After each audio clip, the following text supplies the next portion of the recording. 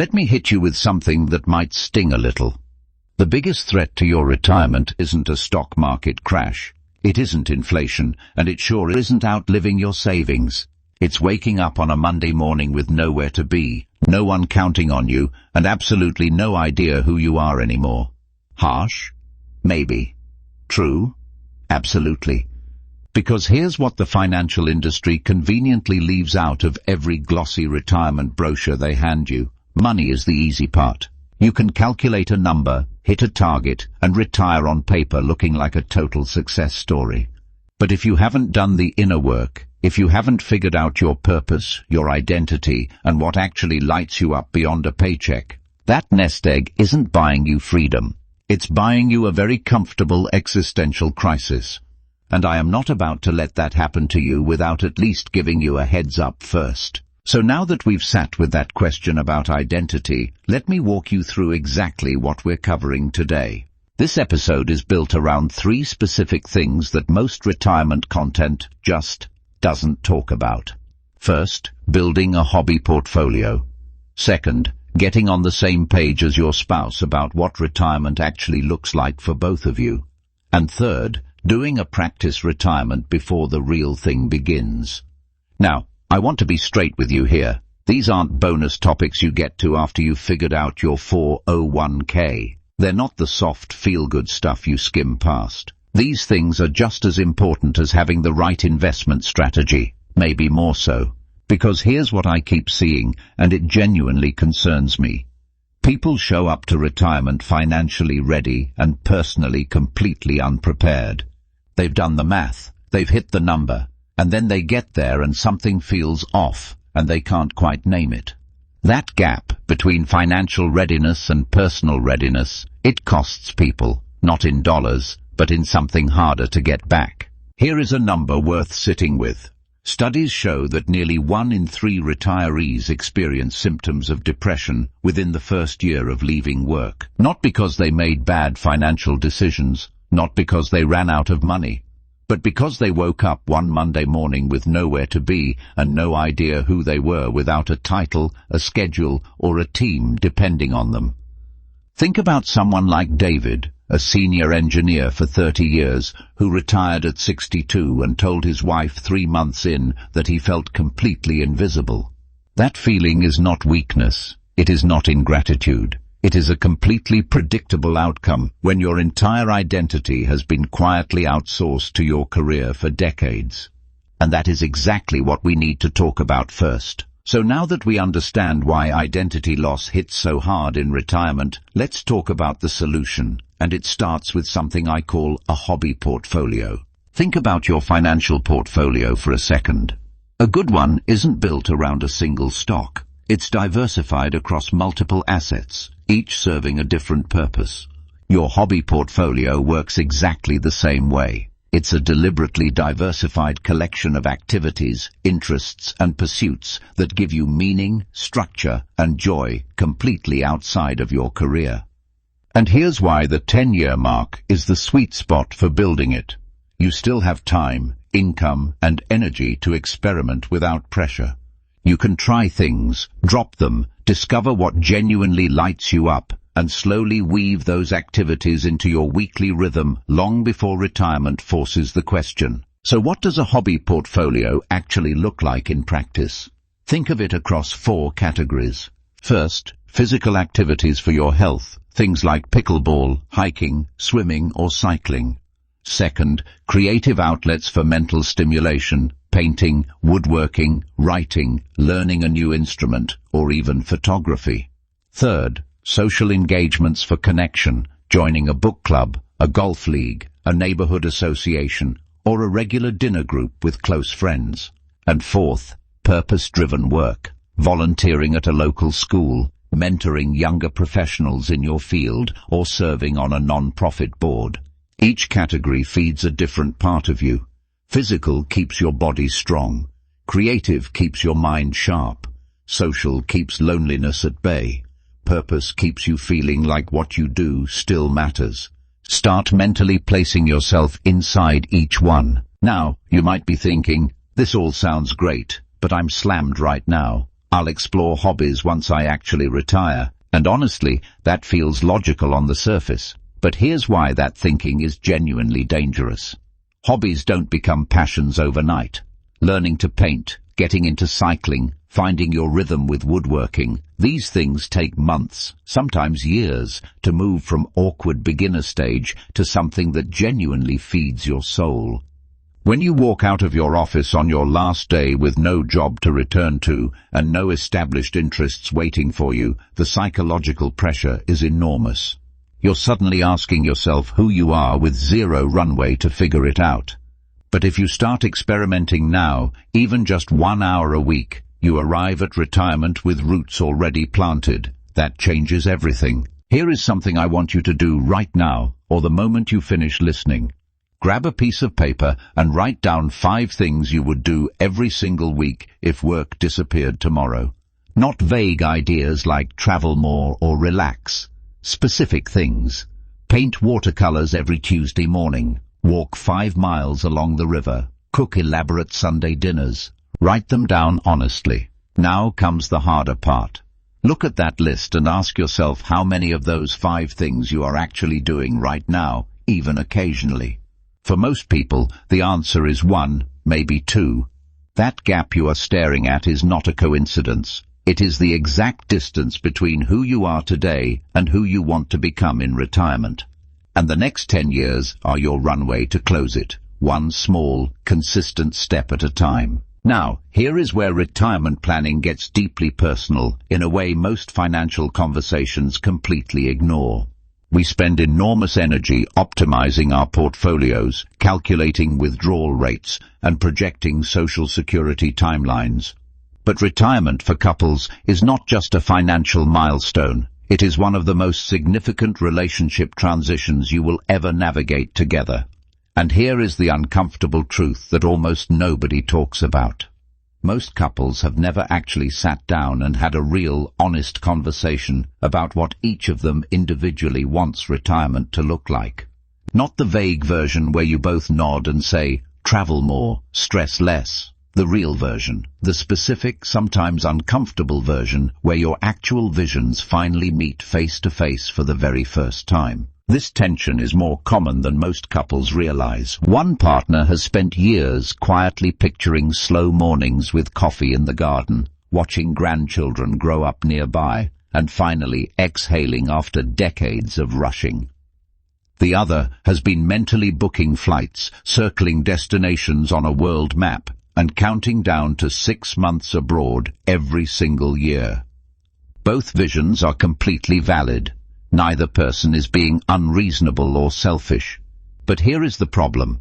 If those 2 visions have never actually been spoken out loud to each other, retirement does not feel like a celebration when it finally arrives. It feels like a collision. 2 people walking through the same front door on day 1, suddenly realizing they have been planning 2 entirely different lives, and neither one knew it. Think of this conversation not as a single dinner discussion where you hash everything out once and move on. Think of it as an ongoing dialogue, one that couples should begin taking seriously around the 10-year mark before retirement. The reason timing matters is that 10 years gives you enough runway to actually adjust. If you discover your visions are misaligned, you have time to compromise, explore, and build something new together, rather than arriving at retirement already frustrated. Frame these conversations as a relationship investment.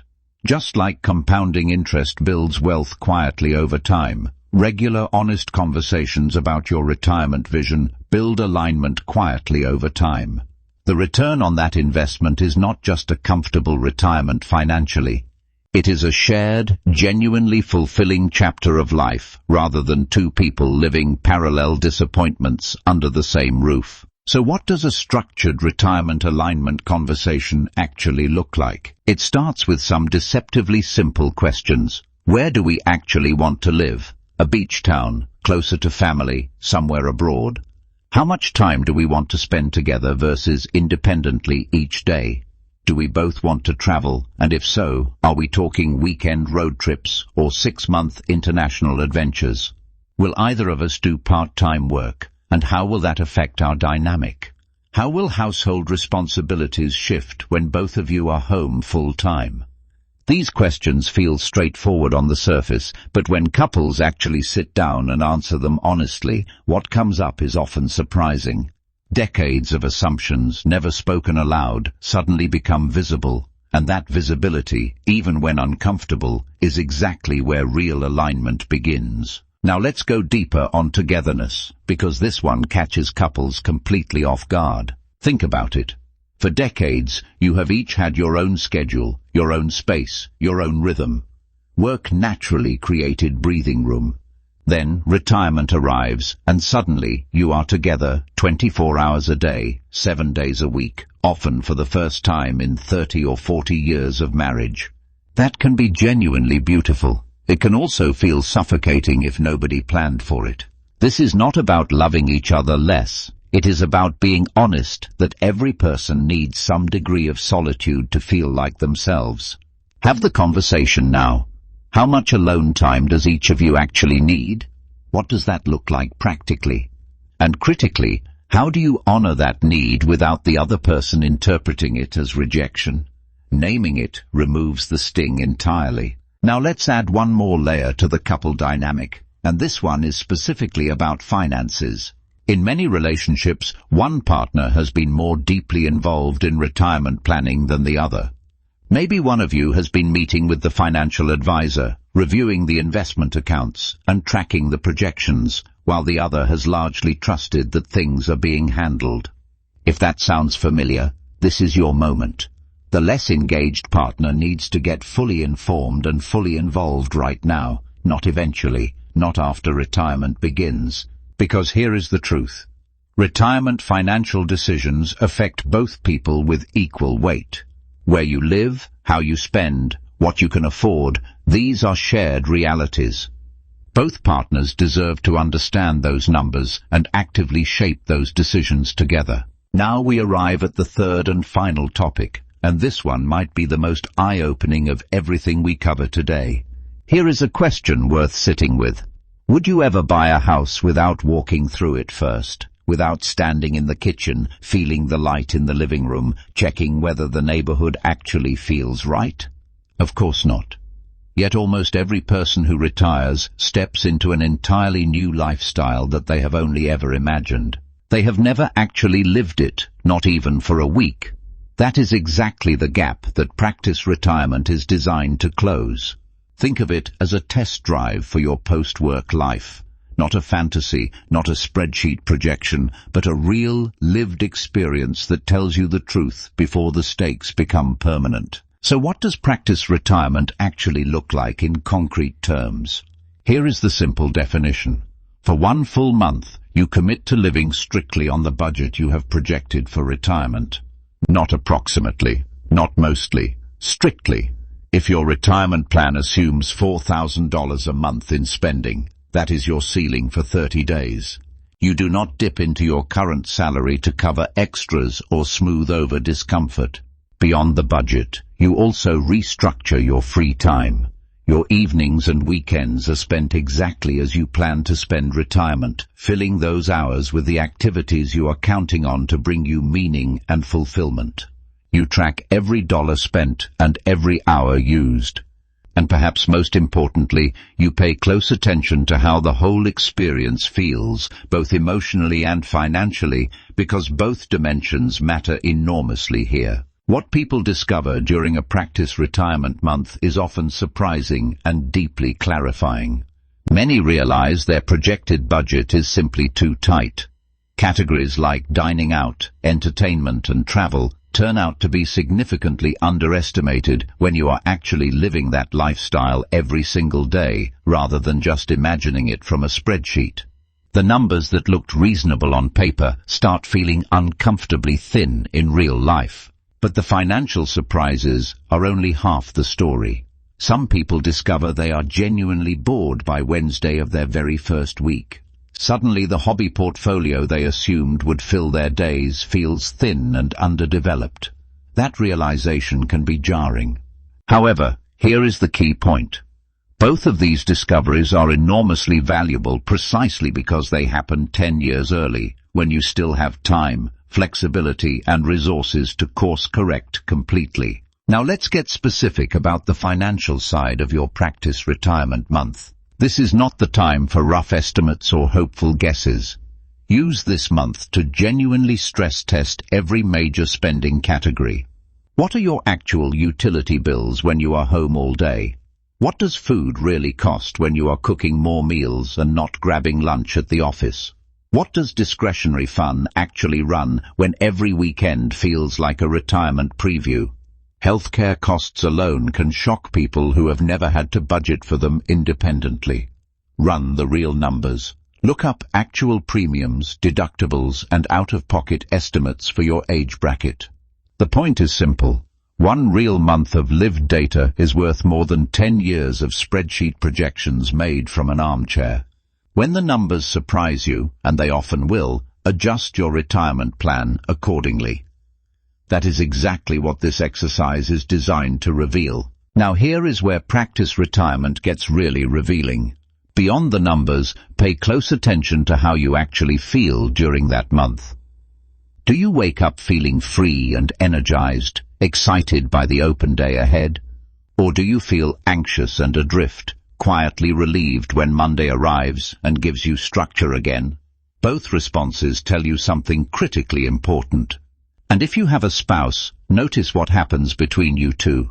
Does the increased time together feel warm and connecting, or does friction surface faster than either of you expected? These emotional signals are not soft data you can ignore. They are just as important as your spending totals. A retirement that looks perfect on a spreadsheet but feels hollow or tense in real life is not a retirement worth rushing toward. Let these feelings directly shape how you prepare over the next decade. Here is where everything connects. Building your hobby portfolio, aligning with your spouse, and doing a practice retirement are not three separate items on a checklist. They are three interlocking pieces of the same preparation, and they reinforce each other in ways that matter deeply. Your hobby portfolio gives you something real to test during practice retirement month. Your alignment conversations with your spouse shape what that practice month actually looks like. And the emotional data you collect during practice retirement feeds directly back into both your identity work and your relationship planning. Someone who does all three arrives at retirement with a clear sense of who they are beyond their job title, a shared vision built with their partner through honest conversation, and a budget that has already been tested against the friction of real life rather than the comfort of a spreadsheet. And if today's conversation sparked something in you, I want to invite you to take it even further. Because knowing your numbers is one thing, but living them is another thing entirely. That is exactly why we built the Retire Ready 120 community, a place where people just like you are putting these strategies into real practice, not just talking about them.